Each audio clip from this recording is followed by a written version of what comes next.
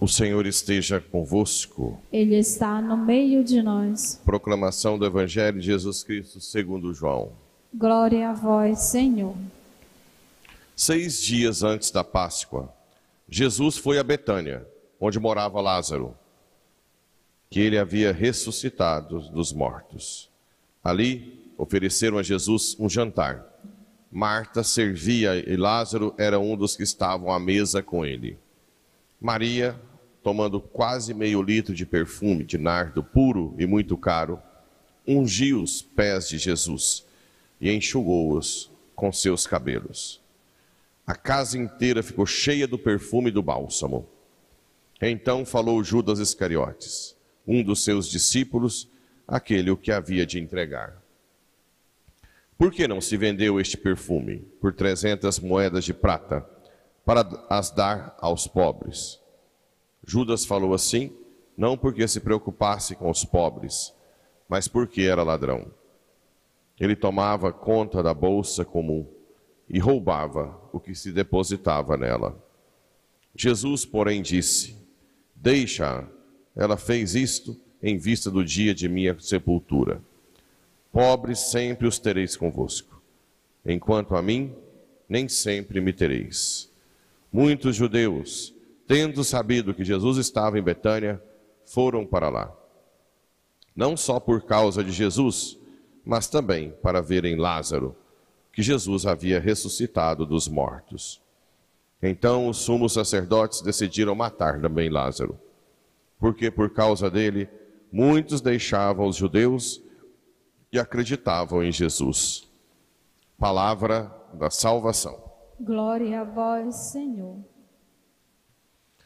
Caríssimos irmãos e irmãs, rádio ouvintes que nos acompanham pelas redes sociais. Essa leitura do livro do profeta Isaías, ela foi retomada nos evangelhos, em que fala algumas características de Jesus importantes. Eis meu servo, meu eleito, nele compraz minha alma, pus meu espírito sobre ele. Ele não clama, nem levanta a voz, nem se faz ouvir pelas ruas. Não quebra uma cana rachada, nem apaga um pavio que ainda fumega, mas promoverá o julgamento para obter a verdade. Bem, o que quer dizer essa fala de Jesus? Não se faz ouvir pelas ruas, não quebra uma cana rachada e não apaga um pavio que fumega. O gargalo entre o homem e Deus é o livre-arbítrio que nós temos. O homem decidiu ser Deus. O homem quis afastar-se de Deus. Todo retorno ao Criador vem da nossa decisão de morrer para nós mesmos e nos entregarmos ao projeto divino. Então, é claro que o mais importante é que nasça do nosso coração esse desejo de buscar a Jesus. E Jesus sempre espera, eis que estou à porta e bato. Se abrires, entrarei e cearei contigo. Eis que estou à porta e bato. Os padres da Igreja Santos dizem que o nosso coração é como uma porta que só tem como chama? A maçaneta pelo lado de dentro. Jesus sempre espera, porque o livre-arbítrio é importante no processo nosso de retorno ao Pai. Porque é tudo que foi o motivo de separação entre a humanidade e Deus. Foi o desejo de não querer estar submisso ao Senhor. Então nós temos que trabalhar em cima disso a chamada humildade, que não temos também naturalmente. Se ganha humildade rezando, se ganha humildade pedindo, me faça humilde. Depois trabalhar a fé, a confiança nele, mas não a fé humana, a fé teologal, né? Outra coisa também que nós não temos naturalmente. Não adianta ficar, eu não tenho fé, padre, eu não tenho fé. Não. Fé se deve pedir. Se pede a fé. Implora a fé. Fé, humildade, nos faz naturalmente, buscar o Senhor com o nosso livre-arbítrio e dizer: Senhor, reina na minha vida, reina. Claro que entre a mente e o ato de dar a vida, entre o nosso sim a Deus e a prática, existe a cruz. Para provar que nós amamos a Deus, temos sempre que renunciar a algo nosso por Ele. Não tem jeito. Isso também é análogo na vida cotidiana, né? Nós temos sempre que renunciar a algo nosso porque a gente ama. Essa renúncia que a gente faz a nós mesmos depende dos dons do Espírito Santo. Por isso que Deus sopra os dons. Um deles é a fortaleza. A fortaleza para nos dar força, para suportar a consequência da renúncia, da perda, para que possamos escolher o Senhor. Tem um som meio alto lá dentro, da vida para baixar o som lá dentro, por favor. Então, nós temos que renunciar e buscar a força do alto para que essa renúncia nos faça entregar completamente ao Senhor. Não quebra uma cana rachada, mesmo que você tenda a se entregar completamente a Deus, mesmo que a gente tenha tendência disso, Deus não força, ao contrário de Satanás. Satanás sempre está, a todo momento, querendo nos tirar de Deus. Por isso que eu sempre digo que não é possível viver um banho-maria na vida espiritual. Sempre ou nós vamos piorar ou nós vamos melhorar. Sempre. Não tem como você decidir. Eu já vi gente falando assim: eu gosto de religião mais light. Aquele jeito do Padre Pablo, não, muito violento, não, eu quero ficar na minha, sem ninguém, sem incomodar ninguém. Não, eu vou na igreja para ficar tranquilo, não é para ficar aquela tensão. Fica desse jeito, para você ver aonde você vai parar. Se você, aliás, qual é a frase, o versículo na Bíblia? O reino dos céus é dos violentos. Mas não é violentos com os outros, violentos com você. Se você não for violento com você, Satanás te arrasta para a perdição. Não tem jeito, não tem meio termo. Não tem meio termo. Satanás arrasta.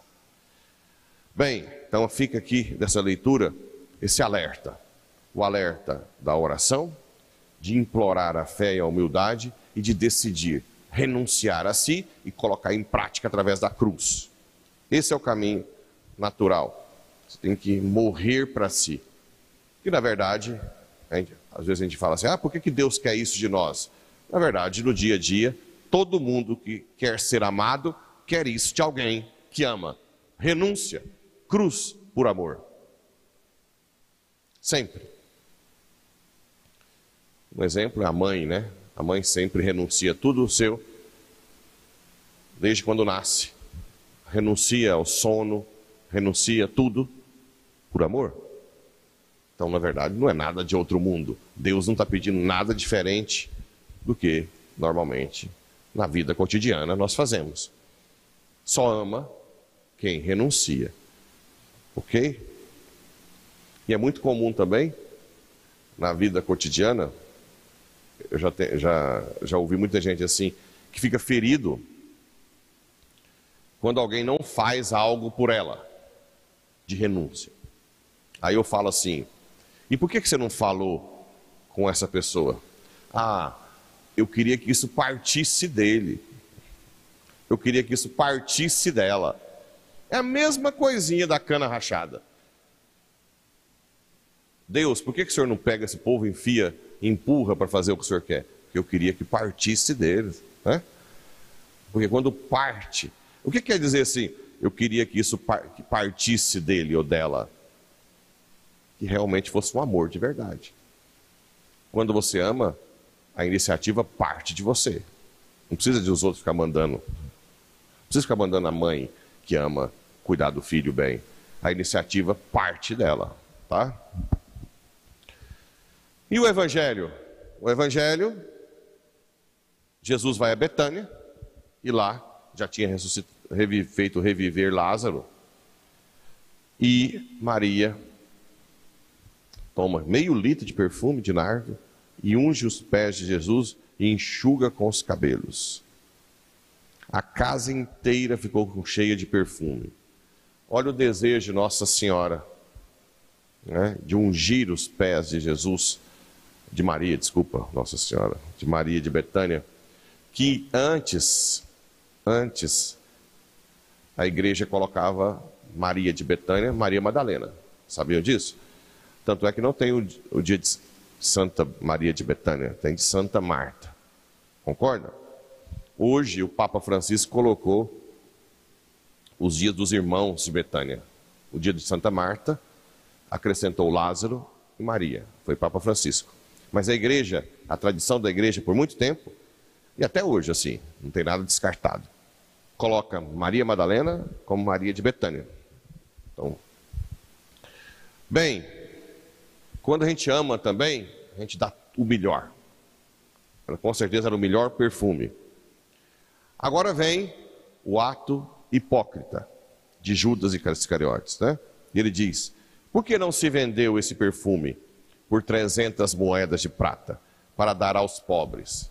Aqui, gente, é muito atual isso. Hoje esses bichinhos vão me carregar, né? Que é isso? Aqui é algo muito atual. Existe um princípio que até São João Maria Vianney, que é aquele patrono dos sacerdotes, dizia. Ele dizia: para Jesus o melhor. Para Jesus o melhor, né? Ou seja, todo o gasto que nós fazemos para a liturgia é pouco. Devia ter cálice ainda mais nobre. Tudo para Jesus é o melhor. Depois, os pobres. Primeiro a Cristo, depois os pobres. Mas é cheio de, e paróquia é cheio de gente que diz: podia ter gastado menos nessas coisas, gastar isso para quê? Podia ajudar os pobres. Vira e mexe acontece isso, podia ajudar os pobres. Aqui, gente, eu quero que vocês guardem isso para sempre. Quem ajuda os pobres de verdade não fica preocupado se o outro está fazendo isso ou não. Quando você vê alguém que fica falando isso, é porque é alguém que não faz nada. Você pode ter certeza disso. Tanto é que dentre os apóstolos, aquele que criticou Maria de Betânia foi quem o traiu por 30 moedas de prata. Criticou para vender por 300, mas vendeu o seu senhor por 30 moedas de prata. Esta fala, 99,9% das vezes, é uma fala hipócrita. Hipócrita. Né? É uma fala de hipocrisia. É você querer fingir ser o que não é. Porque quando você realmente é uma pessoa que ajuda os pobres, você não tem tempo de ficar falando: ah, você não ajuda, você não ajuda. Né? Você ajuda, você não ajuda. Ou então, umas briguinhas que acontecem hoje em grupo de família. Alguém que quer aparecer. Quando é assim, porque quer aparecer. Fala assim: fulana de tal está com dificuldade, vamos ajudar. Tá bom, você fez a pergunta. Aí ninguém do grupo da família responde. Fica bravo. Você não quer ajudar ninguém. Só eu que ajudo. Meu Deus, então o que você tem que... Se você perguntou, você tem que aceitar qualquer resposta. Agora, faça você sua parte e cala a boca. Meu Deus do céu, é uma preocupação. Ai, padre, a minha irmã não ajuda, só eu.